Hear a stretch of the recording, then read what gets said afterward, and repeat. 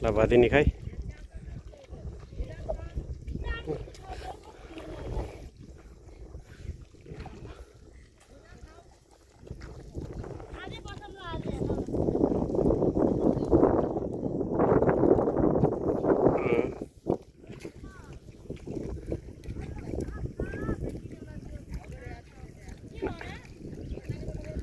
अब मैले त आइडिया दिएको के अरे अब मान्छेहरूले मानेनन् मैले त भनेको अस्ति नै दबाई गर्न जाँदाखेरि उहीँ कान्छीका उहीँ बजार छुटेछ भन्नुमा आइछु भनेको फेरि त्यही फेरि हाम्रो घरतिर अलिकति कुरा बनाउन उ गर्न कहाँ जान्छन् र मान्छेहरू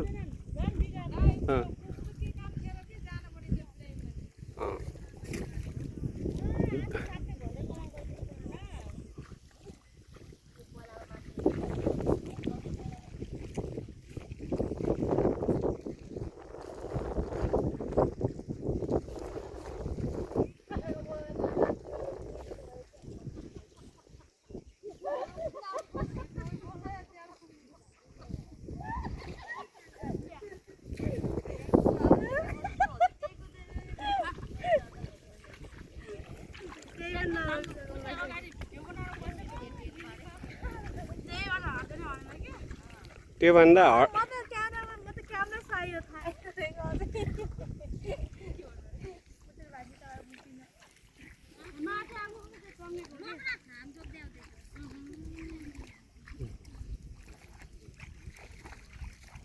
अघि पौडी खेल्ने को नाइ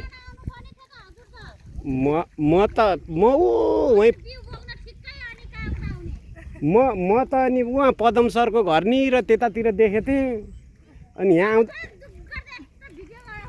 अनि त्यतिखेर मोबाइल ल्याएको थिएन नि त मोबाइल घरै राखेर अहिले योचोटि मोबाइल ल्याएर आएँ नत्र पनि म अहिले पनि मोबाइल नल्याए भए त त्यही डोको फालेर फर्किसक्थेँ अहिले अनि माइजू हजुरको त्यो चप्पल त्यहाँ पर हजुरको त्यो त्यहाँ उसमा मैले त घर लैदिएँ के न मैले के सोचेँ भन्दा यो उसले यो भदिनीले बिउ बोक्ने बेलामा लगाएर आएर चाहिँ क्या हो फेरि अनि भनेर डोकोमा हालेर लैदिएँ के जाने बेलामा त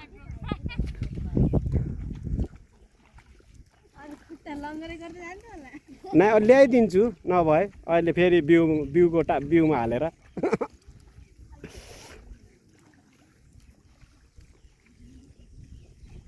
ल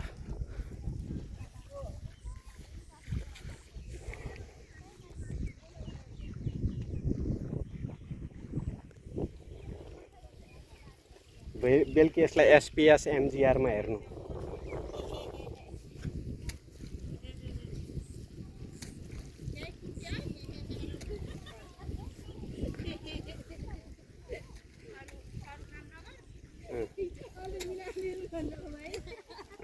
अनि त तिम्रो त घरको ढोका पनि बन्द गर्दैछन् कताबाट निस्किन्छौ झ्याल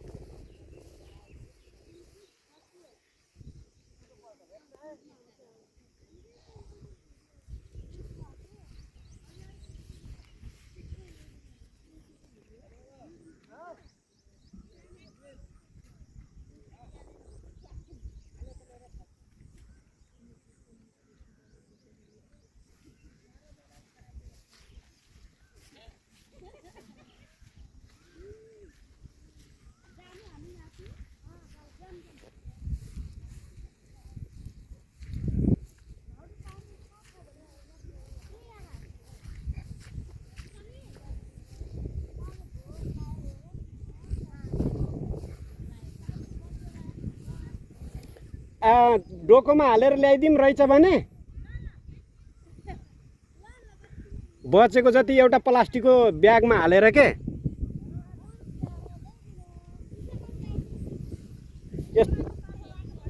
यस्तो जाडो महिनामा नि के चिसो खान्छौ अहिले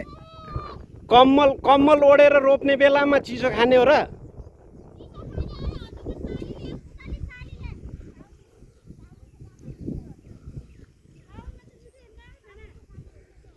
अब अहिले म घर मालिकलाई भन्छु क्या अरे अब मेरो भकारीमा धान हालिदिने भए चिसो 4-5वटा ल्याउनै पर्यो अब नत्र भने धान अरूको भकारीमा जाने भए तिनीहरूलाई भन्न पर्ला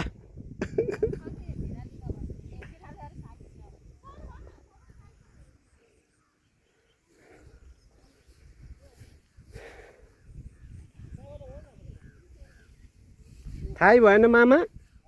थाहै भएन पानी कहाँबाट गयो भने ए त्यो यता बिचबाट मुसाले उ गरेको हुँदो रहेछ